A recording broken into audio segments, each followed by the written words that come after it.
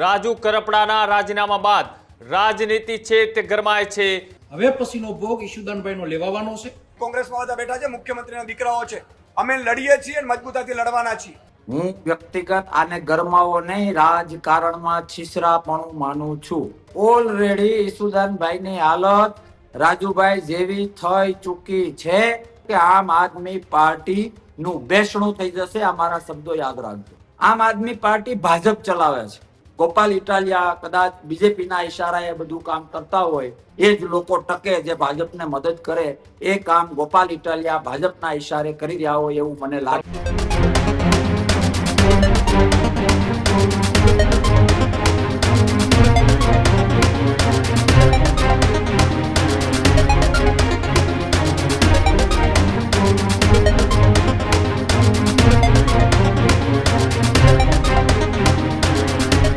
ગુજરાતમાં અત્યારે રાજનીતિ છે તે તત થઈ છે। રાજુ કરપડાના રાજીનામા બાદ રાજનીતિ છે તે ગરમાય છે। એક બાજુ ભારતીય જનતા પાર્ટી તો બીજી બાજુ કોંગ્રેસ એ સામસામા એ આક્ષેપ પ્રત્યે આક્ષેપ થઈ રહ્યા છે, તો બીજી બાજુ રાજુ કરપડાને કોંગ્રેસમાં લાવવા માટેની પણ કવાયત તેજ છે। તો આપના ઈશુદાન ગઢવી અંગે પણ પ્રતાપ દુધાતે નિવેદન આપ્યું હતું અને પ્રતાપ દુધાતના નિવેદન બાદ જે રીતના અત્યારે રાજકીય ગરમાવો જોવા મળી રહ્યો છે, ત્યારે જે રીતના રાજુ કરપડાને મળવા માટે પાલ આંબલિયા અને કોંગ્રેસના નેતાઓ છે તે ગયા હતા અને હવે રાજુ કરપડા છે તેઓએ આમ આદમી પાર્ટી છોડ્યા બાદ કઈ પાર્ટીનો ખેસ છે તે ધારણ કરશે તેને લઈ અત્યારે રાજનીતિની અંદર ચર્ચાઓ તેજ બની છે। કઈ પાર્ટીમાં જોડાશે, શા માટે આમ આદમી પાર્ટી છોડવી પડી, આમ આદમી પાર્ટીમાં ગોપાલ ઇટાલિયાની જીત બાદ ક્યાંક ને ક્યાંક એ અંદરો અંદરનો વિખવાદ એ બહાર આવી રહ્યો છે। એક બાદ એક નેતાઓ એ રાજીનામા આપી રહ્યા છે। આમ તો ખરેખર આમ આદમી પાર્ટીના પ્રદેશ પ્રમુખ ઈશુદાન ગઢવી છે, તો પછી ગોપાલ ઇટાલિયા શું પાર્ટીનો ચલાવવાનો નિર્ણય પોતે કરે છે કે કેમ, આવા અનેક સવાલો છે એ અંદરથી બહાર આવી રહ્યા છે। અને રાજુ કરપડાના રાજીનામા બાદ તેમની પહેલા જેમને આમ આદમી પાર્ટી છોડી હતી એવા કરસનદાસ બાપુ ભાદરકાએ પણ આ જે વાત છે તેને દોહરાવતા અનેક વખત કહ્યું હતું કે આમ આદમી પાર્ટી એ કોઈ પબ્લિકની કે લોકોની પાર્ટી નથી, આ બે ટીમ તરીકે કામ કરનારી પાર્ટી છે। આવા પણ આક્ષેપો એ કરસનદાસ બાપુ ભાદરકાએ કર્યા હતા। ત્યારે હવે રાજુ કરપડાના રાજીનામા બાદ હવે નવી રીતે કઈ પાર્ટીમાં તેઓ વિધિવત રીતના જોડાશે અને આમ આદમી પાર્ટીમાં એવી તો શું વિવાદ અને વિખવાદ છે કે તેના કારણે એક બાદ એક દિગ્ગજ નેતાઓ છે તે પાર્ટી છોડી રહ્યા છે। સીધા જ આપણે જયું કરસનદાસ બાપુ ભાદરકા આપણી સાથે જોડાયેલા છે, સીધી તેની સાથે વાતચીત કરવાનો પ્રયત્ન કરશું। ખૂબ ખૂબ સ્વાગત છે બાપુ ન્યૂઝરૂમમાં। Thank you.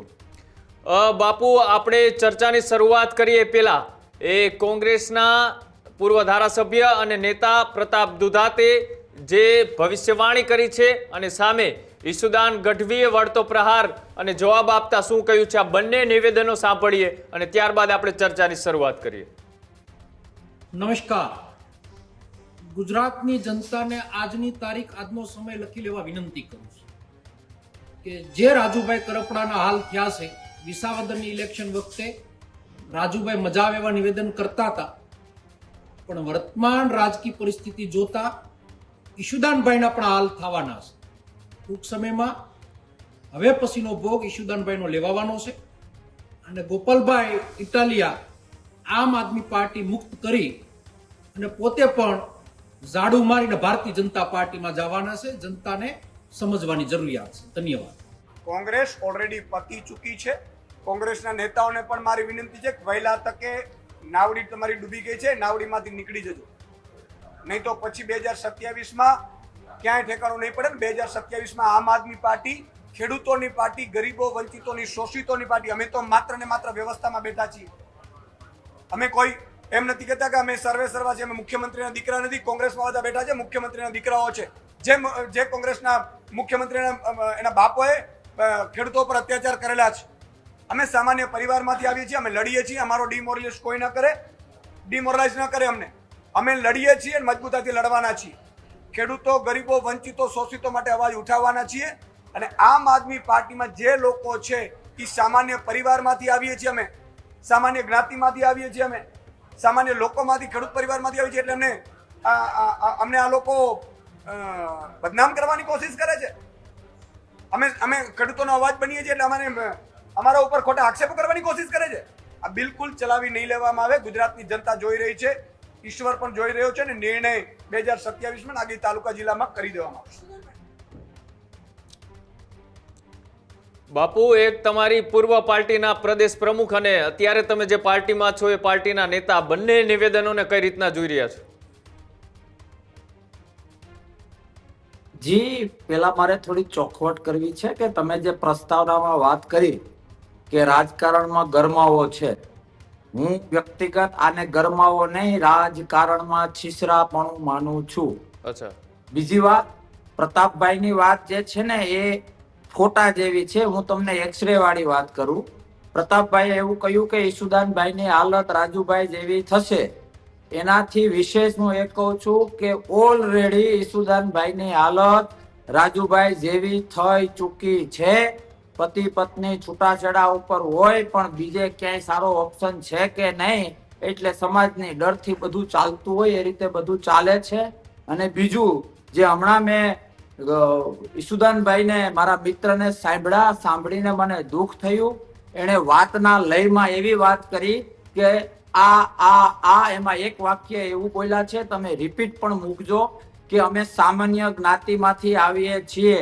ઈસુદાનભાઈ, સમાજ બેઝ ઉપર જાય તો તમે ગઢવી સમાજમાંથી આવો છો, ગઢવી જ્ઞાતિમાંથી આવો છો, અને ઇતિહાસ તપાસીએ તો ચારણ ગઢવી ક્યારેય સામાન્ય ન હોય. તમે સમાજના એક આગેવાન છો, એક ચહેરો છો, આખા સમાજને સામાન્ય કેવું એ વાત તમારે પાછી ખેંચી લેવી જોઈએ. અને હવે હું એ બાબતનો જવાબ દઉં તો બહુ ક્લિયર છે, કારણ કે જે રેશિયો ઓફ હેપીનેસ, જે સંતોષ હોવો જોઈએ, તમે રિપોર્ટિંગ કરો છો, પત્રકાર તરીકે કામ કરો છો, કોઈ કઈ વ્યવસાય કરે છે, કોઈ પાર્ટીમાં છે, આ જગતના કોઈ પણ ક્ષેત્રમાં છે, તો રોજ સાંજ પડે તમે 5 જણામાં નામ કમાવો છો કે 5 કરોડમાં એ મહત્વનું નથી. તમે રોજ 100 રૂપિયા કમાવો છો કે 1 કરોડ કમાવો છો એ મહત્વનું નથી.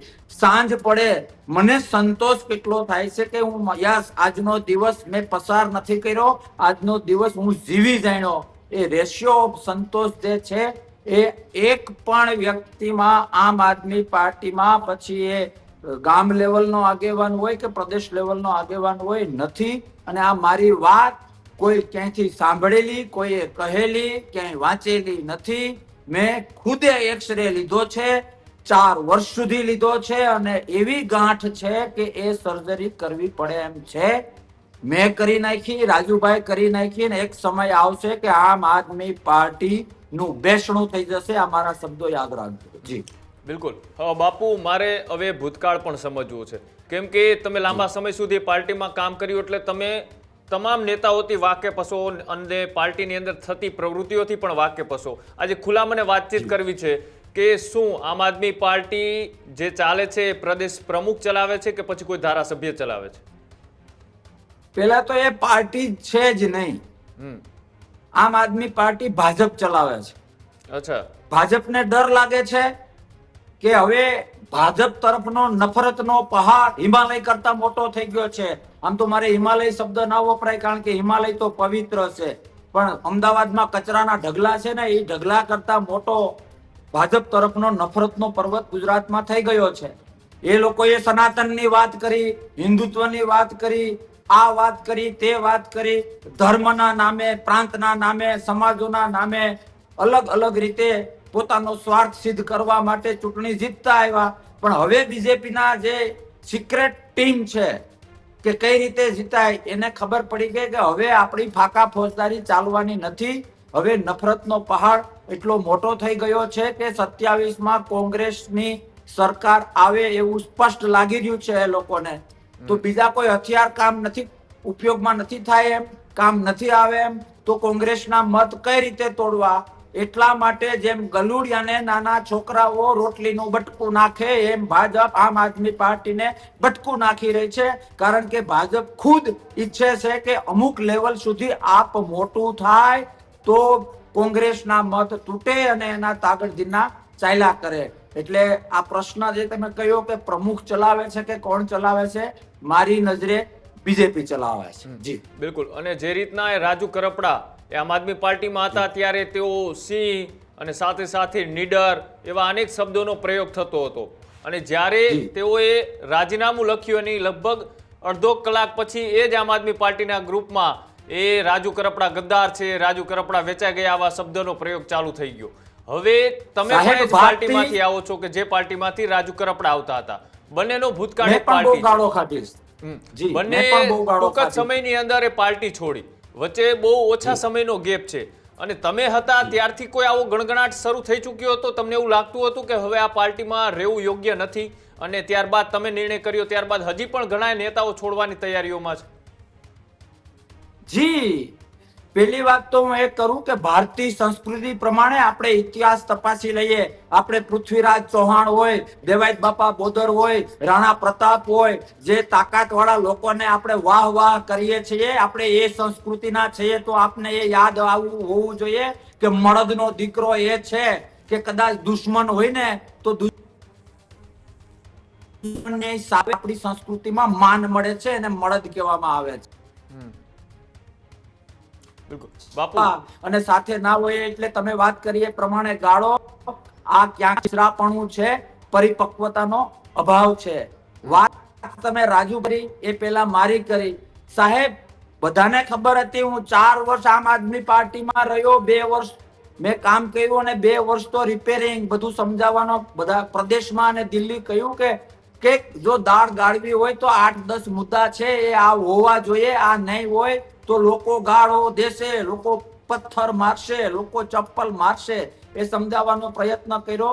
ત્યારે એ મારા પ્રશ્નોને લઈને અમે રાજુભાઈ તો ખૂબ નજીકના આત્મીયતાના, અમે અમારા બંને વચ્ચે બહુ આત્મીયતા છે, મિત્રો છીએ. ત્યારે રાજુભાઈ મને એવું કહેતા કે બાપુ છોડો ને, આવું થોડું ઘણું ચાલે. હું કહું મારે કઈ નથી જોતું ભાઈ, હું તો એમને ભગવાનની દયાથી મારી મહેનતથી ચહેરો બનાવતો રહીશ, પણ આવું કઈ નહીં હોય તો બી બમણું નહીં થાય.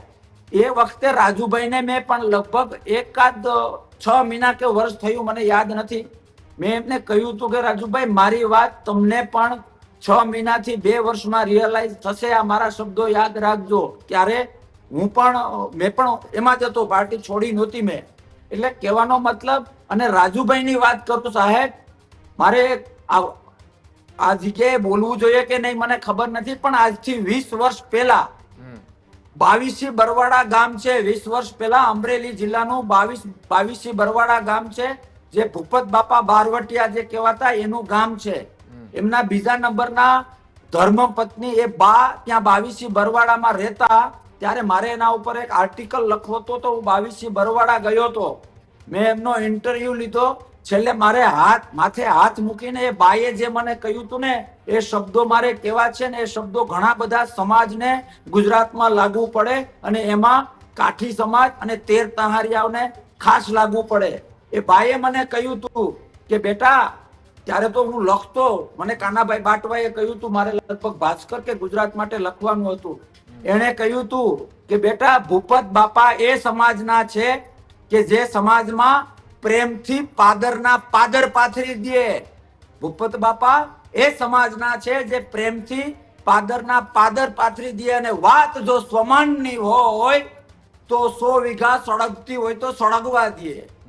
વાત જો 100 વીઘાની હોય તો સ્વમાન માટે, ભાઈ સ્વમાનની હોય તો 100 વીઘા સળગતી હોય તો સળગવા દે. ગુજરાતની અંદર અમુક જીનેટિકલી એવા સમાજો છે કે જે કોઈ પણ લોભ લાલચમાં પોતાના સ્વમાન સાથે ક્યારેય કોમ્પ્રોમાઇઝ ના કરે. રાજુભાઈ મને ઓળખે છે, હું રાજુભાઈને ઓળખું છું. અમે પણ એમાંના ક્યાંક કંઈક છીએ કે રાત દિવસ મહેનત કરવી હોય તો અમે ન થાકીએ, પણ સ્વમાન, અને આમાં તો બીજું છે સાહેબ, સ્વમાનની સાથે સાથે આખો જે વિરોધ છે એ બીજાને લાભ અપાવવા માટેનો છે. આખો ઉદ્દેશ બીજી પાર્ટીના મત તોડવાનો છે, એટલે કે કોંગ્રેસના મત તોડવાનો છે. સાચો માણસ ન ટકી શકે. હું અનેક વખત બોલી ચૂક્યો છું કે જે સત્યને પ્રેમ કરે છે, જે લોકશાહીને પ્રેમ કરે છે, જે પોતાના ગામ તાલુકા વિસ્તારને પ્રેમ કરે છે, જે આઝાદી અને સ્વતંત્રતા જે આપણા માટે શહીદ થયા એને થોડો ઘણો પણ પ્રેમ કરે છે ને, એવા દરેક લોકો આમ આદમી પાર્ટી છોડી દેશે. ધીમે ધીમે તમને અઠવાડિયે 15 દીએ મહિને દીએ આમ શું કહેવાય કે મોટા મોટા સમાચાર મળશે, પણ મારા માટે એ પણ નવું ન હોય, કારણ કે મને ખબર છે કે આંબો પાકી ગયો છે, કેરી હવે લણી લેવાનો ટાઈમ થઈ ગયો છે. જી બિલકુલ બાપુ, જે રીતના એ બોટાદના હળદરની અંદર જે કરદા કાંડ માટે રાજુ કરપડા અને પ્રવીણ રામ લડવા માટે ગયા, આમ તો આમ આદમી પાર્ટીના અનેક નેતાઓ ગયા હતા, પણ અત્યારે જે સવાલ ઉઠી રહ્યા છે આમ આદમી પાર્ટીના ધારાસભ્ય ગોપાલ ઇટાલિયા ઉપર કેમ વારંવાર સવાલ ઉઠી રહ્યા છે? શું લાગે છે ગોપાલ ઇટાલિયાના નિર્ણયો અથવા તો તેની જે કાર્યશૈલી છે તેનાથી ક્યાંક ને ક્યાંક કાર્યકર્તાઓ નારાજ છે, તેનું આ પરિણામ હોઈ શકે? જી, મને એવું લાગે છે આપણે જૂના યુદ્ધો અને જૂના જે રજવાડા વાળી ઇતિહાસ વાંચીએ તો તમે પણ વાંચ્યું હશે જે પત્રકાર, કે સેના સામે લડવું હોય તો 2-3 ઘણા બધા રસ્તાઓ છે. એમાંનો એક રસ્તો પેલા એવો અપનાવતા કે આપણા પોતાના જ ખૂબ કાવા દાવા જાણનાર 2, 5, 10 જણાને અથવા 1 જણાને સામેના સૈનિકમાં મૂકી દે, સામેની ફૌજમાં મૂકી દે, સામેના લશ્કરમાં મૂકી દે, કે જ્યાંથી બધી વ્યૂહરચના જાણવા મળે અને અહીંથી જે હુકમ કરવામાં આવે ત્યાં કરવામાં આવે. એ રીતે મને એવું લાગે છે કે આમ આદમી પાર્ટીમાં ભાઈ ગોપાલ ઇટાલિયા કદાચ બીજેપીના ઈશારાએ બધું કામ કરતા હોય અને ક્યાંક ને ક્યાંક કોંગ્રેસને ડેમેજ કરવા અને જે ભાજપના ડિસિપ્લિનમાં ના રહીએ અને આમ આદમી પાર્ટીને મોટી કરવાના પ્રયત્ન કરે, એને એન કેન રીતે હેરાન કરીને ખાસ તો સોમાન ઉપર તીર મારીને એને ભગાડવા, એ જ લોકો ટકે જે ભાજપને મદદ કરે. એ કામ ગોપાલ ઇટાલિયા ભાજપના ઈશારે કરી રહ્યા હોય એવું મને લાગે છે. ગોપાલ ઇટાલિયા તો એક વાક્ય ઉમેરું કેમ કે ખાલી મારો આરોપી વિસાવદર જીતા, આમ આદમી પાર્ટી જીતા, ગોપાલ જીતો, આ બધી વાત સાથે કરશન બાપુ સહમત નથી.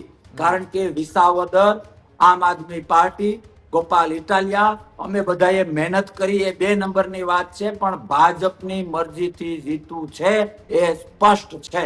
જી અચ્છા, એ જ્યારે ચૂંટણી હતી ત્યારે તમે દમખમથી પ્રચાર કરી રહ્યા હતા, કયા એવા દાવા સાથે તમે કહી શકો કે ભારતીય જનતા પાર્ટીના ઈશારે આ સીટ છે આમ આદમી પાર્ટી જીતી? જી, 2 બાબત છે. પહેલી વાત તો હું રિપીટ કરું છું કે ભાજપ પોતે ઈચ્છે છે કે ગુજરાતમાં આમ આદમી પાર્ટી થોડુંક મોટું થાય. કેટલું મોટું થાય કે જ્યાં સુધી કોંગ્રેસના મત તોડે એટલું મોટું થાય, એને લીધે ભાજપના તાગડધીરના ચાલ્યા કરે. બીજું સીધો મુદ્દો, તમે એ બાજુ કોઈ રિપોર્ટરને મોકલજો, હોશિયાર માણસ અને બિન રાજકીય માણસને તમે મળશો તો આ મારી વાત ડંકાની ચોટ ઉપર સાચી સાબિત થાય. કિરીટભાઈ પટેલ જે ભાજપના ઉમેદવાર હતા, એ કેટલા જે તે સમયે કેટલા ડેમેજ હતા એ બધા જ ભાજપના લોકોને, નાના મોટા કાર્યકર્તાઓને ખબર છે, બીજા લોકોને પણ ખબર છે. એ માણસે એટલા બધા બાવળ વાવેલા હતા કે એને ટિકિટ આપવાની થતી જ નહોતી. આ હું નથી કેતો, પબ્લિક નો અવાજ છે જે તમે પણ પૂછી શકો છો. તે પછી 4 ફેક્ટરોએ કામ કર્યું. આ બાજુથી જુનાગઢ થી આ બાજુથી જવાહરભાઈ પોતે બીજેપીમાં, એમ છતાંય શું કર્યું એ જગ જાહેર છે. હર્ષદભાઈ પોતે હતા પણ એની આખી ટીમે શું કર્યું એ બધાને ખબર છે. પેલા કોરાટ સાહેબ કે અમેરિકા જતા રહ્યા હતા, ટિકિટના દાવેદાર હતા, એ 3. અને ચોથું ભાઈ જયેશભાઈ અને નરેશભાઈ વચ્ચે શું સાયકોલોજી છે અને ક્યાં કયો રોલ હતો એ પણ જગ જાહેર છે. એ 4 બાબતોના સમીકરણોને લીધે બીજેપી ડેમેજ થયું અને બીજેપીને ખબર હતી કે ગોપાલ બોલે તો સારું છે, જો એ એમએલએ બની જશે તો આમ આદમી પાર્ટીમાં થોડો કરંટ આવશે, થોડુંક મોટું થશે એટલે કોંગ્રેસના મત વધુ તૂટશે તો ભાજપને ફાયદો થશે. સાહેબ, આ એ લેવલની રાજકારણ છે કે જે સામાન્ય લોકોને શું હોય, ગો વિસાવદર જીતી ગયા, ગોપાલભાઈ જીતી ગયા, આમ આદમી પાર્ટી જીતી ગઈ, ભાજપનું આમ થયું, કોંગ્રેસનું આમ થયું. પણ જે લોકો બિન રાજકીય છે, જે મહેનત કરીને ખાય છે, માત્ર મત આપે છે પોતાની રીતે, કોને આ ગેમની ખબર નથી હોતી. તમારા માધ્યમથી 2 હાથ અને ત્રીજું માથું જોડીને વિનંતી કરું છું કે વાસ્તવિકતા જોવી જોઈએ, વાસ્તવિકતા જાણવી જોઈએ. અને તમે મારી વાત કરી કે યસ, 2 જિલ્લા પંચાયતની મારી પાસે જવાબદારી હતી, એમાં લીડ બાબતે ફર્સ્ટ હાઈએસ્ટ ને સેકન્ડ હાઈએસ્ટ મારી જિલ્લા પંચાયત હતી. પણ મારો તો એ ધર્મ છે અને સ્મશાન સુધી રહેશે કે જ્યાં હોય ત્યાં સમર્પિત થઈને 100% આપવું ઓન રેકોર્ડ છે જે મને જિલ્લા પંચાયત આપી છે એ અત્યારે ચર્ચાનો મુદ્દો નથી, પણ એ ટાઈમે મારી જવાબદારી પાર્ટીએ મને સોંપ્યું હતું. હું આમ આદમી પાર્ટીમાં હતો ત્યારે કહેતો અને આજે કોંગ્રેસમાં છું તોય કહું કે પાર્ટી આપણી માં હોય છે. જ્યાં હોય ત્યાં ગીતાજીના નિયમ પ્રમાણે તાકાતથી કર્મ કરવું જોઈએ અને મેં મારું કર્મ કર્યું. એટલે આ ટાઈપની જે ગોળ ગોળ બીજાને નુકસાન કરવા માટેનું જે કામકાજ હોય છે એ લોકો જાણે તો બીજેપી પણ ખુલ્લું પડી જશે અને આમ આદમી પાર્ટી તો ખુલ્લું પડે કે ના પડે છેલ્લા શ્વાસ લે છે, એમાં કઈ લાંબુ છે નહીં. જી બિલકુલ, તમે જે રીતના કહ્યું આખું જે જ્યારની વિસાવદરની ચૂંટણી વખત, પણ મારે એ સમજવું છે કે કોઈ નેતાએ પોતાની પાર્ટીમાં આટલી વફાદારીથી કામ કર્યું હોય અને જ્યારે છોડવાનો સમય આવે ત્યારે કઈ એવી પરિસ્થિતિ ઊભી થતી હોય છે કે આ નિર્ણય લેવા તરફ એને જવું પડતું હોય છે? કારણ કે આ નિર્ણય લેવો કઠિન હોય છે, કારણ કે હારે કામ કરેલું હોય છે, અનેક એવા મુદ્દાઓને લઈ અવાજ ઉઠાવ્યો હોય છે અને પછી એ જ પાર્ટી જ્યારે છોડવાનો વારો આવે એટલે કેટલું દુઃખ થાય અને સાથે સાથે કઈ એવી પરિસ્થિતિ ઊભી થતી હોય છે? કારણ કે તમે પણ આ નિર્ણય લઈ ચૂક્યા છો, રાજુ કરપડાએ પણ લીધો, ભૂતકાળમાં અનેક નેતાઓએ લીધા છે અલગ અલગ પાર્ટીઓમાંથી. કઈ એવી પરિસ્થિતિ ઊભી થતી હોય છે કે ત્યારે આ નિર્ણય લેવો એ જરૂરી બની જાય છે? મારી પાસે ઘણા સામાજિક પ્રશ્નો આવે છે ભાઈ. એમાં અમુક માનો કે ડિસ્પ્યુટ હોય, સોશિયલ ડિસ્પ્યુટ હોય તો અમુક છૂટાછેડામાં લોકોને એમ હોય કે જાન છૂટી બાપ, હવે જે થવાનું હોય એ થાય, આખા ઘરને ધંધે લગાડ્યું હતું, એક આવું થાય. અને બીજું એક એવું હોય કે થોડીક લાગણી હોય અને ત્યાં એકાબીજાની આંખોમાં પાણી હોય, દુઃખ થતું હોય. એટલે આ જનરલાઇઝ ના કરી શકાય આ મુદ્દાને. નેતાએ એટલે કે વ્યક્તિએ આ બધું બદલાય છે. પણ મેં જે ફીલ કર્યું એ તમારા માધ્યમથી કહું તો સાહેબ આ એક લડત હોય છે. બે વસ્તુ છે કે એક તો તમારા જો કામ ધંધા એવા હોય કે તમારે રૂલિંગ ગવર્મેન્ટની જરૂર પડતી હોય તો તમારે ત્યાં સમર્પણ કરવું પડે, દંડવત કરવા પડે કે ચલો હું તમારા ભેગો. પણ તમારા કોઈ એવા કામ ધંધા ના હોય અને તમે લડતા હો તો એ લડવા પાછળનું કારણ હોય અને એ લડતમાં જે પરિપક્વતા જોઈએ, જે સત્ય જોઈએ, જે લોકશાહી પ્રત્યેનો પ્રેમ જોઈએ, જે ડેપ્થ ઊંડાણ જોઈએ, જે શિસ્ત જોઈએ, જે વિઝન જોઈએ. મને ખબર તો હોવી જોઈએ કે મારે ક્યાં જવું છે, એમને એમ નીકળી પડવાનું. આ કશું જ ના હોય તો જે પ્યોર નેતા છે, જે ખરેખર પોતાના સ્વાર્થ માટે નહીં લોકશાહીના રક્ષણ માટે માર્કેટમાં છે, એવા લોકો અમે કઈ એ બધી બાબતો જ્યાં ન હોય ત્યાં ન ટકી શકે. હું પણ ના ટકી શકું, રાજુભાઈ પણ ના ટકી શકે. અને મારા શબ્દો યાદ રાખજો, ઈશુદાનભાઈની વાત રિપીટ કરું તો એ પણ દુખી છે. સાહેબ એક બીજું પેપર ખોલું, અમારે એક 20 જણાનું લિસ્ટ બનાવવાનું હતું એક કામ માટે ગુજરાતમાં, બરાબર? અત્યારે કોઈ સ્વીકારશે નહીં, બાકી હું એના નામે જ દઈ શકું કે મને કોણે કોણે કહ્યું હતું. એ 20 જણાનું મેં લિસ્ટ બનાવ્યું. 21મું નામ તો મને મળતું નહોતું નોંધની રીતે. માંડ મંથન કરીને ટોપના 20 પેલા કર્યા.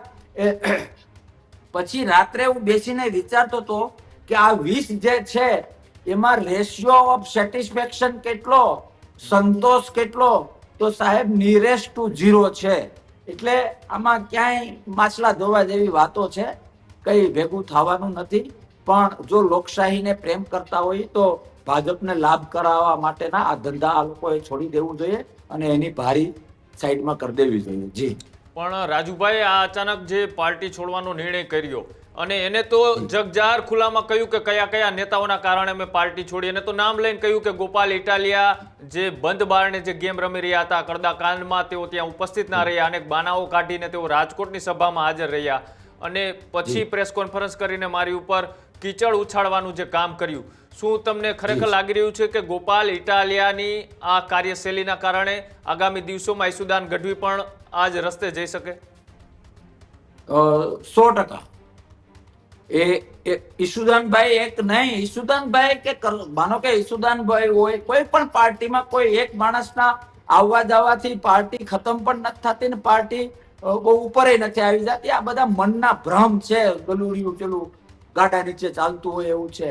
પણ હું રિપીટ કરું છું, મેં ઓલરેડી કહ્યું છે પ્રતાપભાઈના નિવેદનમાં, મેં મારી શરૂઆતમાં વાત કરી કે ઓલરેડી ભોગ તો બની ગયેલા છે ઈશુદાનભાઈ. ઈશુદાનભાઈ ઓલરેડી ભોગ બની ગયેલા છે. ઓન કેમેરા, ઓન પેપર સ્વીકૃતિ બાકી છે, સ્વીકૃતિ. અચ્છા. બાકી ઈશુદાનભાઈ પોતે ભાઈ એક સારા રિપોર્ટર હતા, બધું જાણે છે, એને ખબર છે કે આ ભેંસ દૂધણી છે કે પાકડ છે, ઈશુદાનભાઈને ખૂબ સારી રીતે ખબર છે.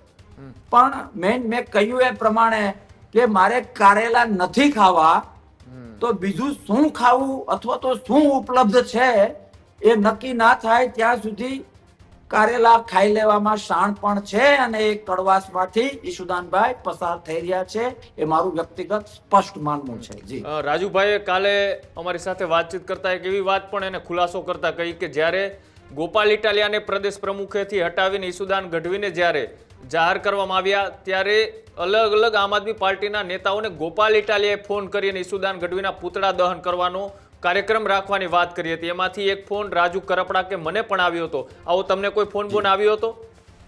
જી, મારા સ્વભાવથી બધા પરિચિત છે. હું 15 વર્ષ હોસ્ટેલમાં રહેલો છું. બધાને ખબર છે કે બાપુના કેસમાં બહુ ધોતી ઉપર ના જવાય. અમુક બાબતથી વધુ કહેવામાં આવે તો બાપુનો રિપ્લાય હોસ્ટેલની ભાષામાં શું હોય એટલો કડક તો હું ત્યારે હતો ને આજે છું.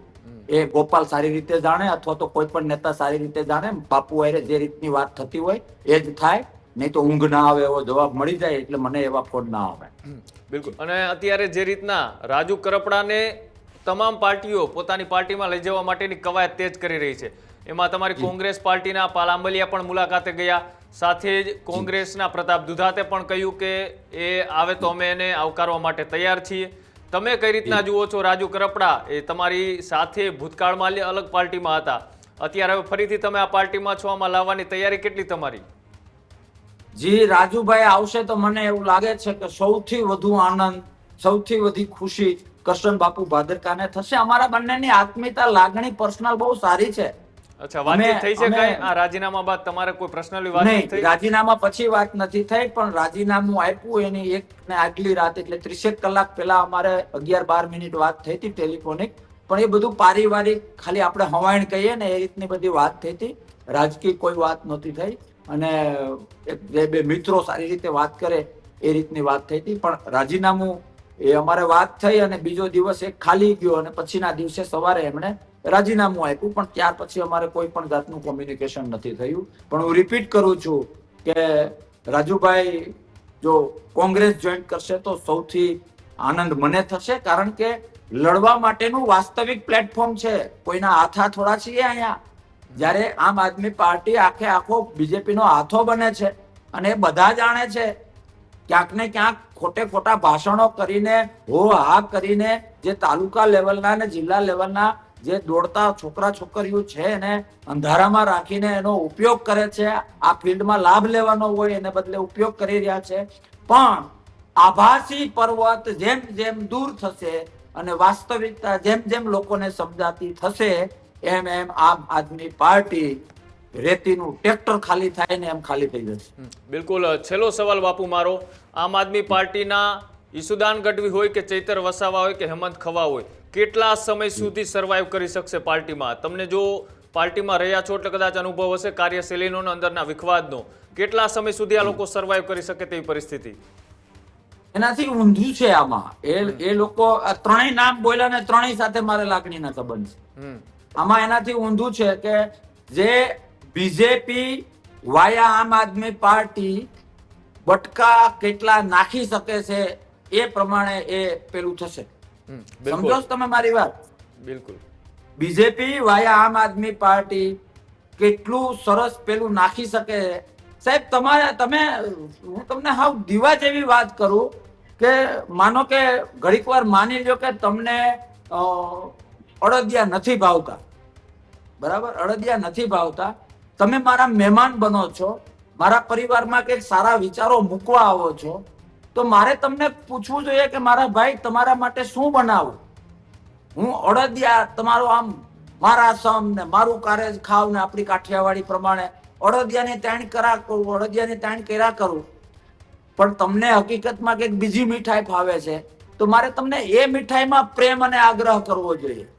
અને હવે તમને જે વસ્તુ નથી ભાવતી એ કદાચ એકાદ વખત તમે મારું માન રાખવા માટે ખાવ, પણ એમ છતાંય હું ઓવર ટાઈમ કરું તો મનમાં એવો તો વિચાર આવે ને કે બાપુ થોડાક માણા ખાવ, મને ભાવે ખવડાવો ને ભાઈ, બરાબર?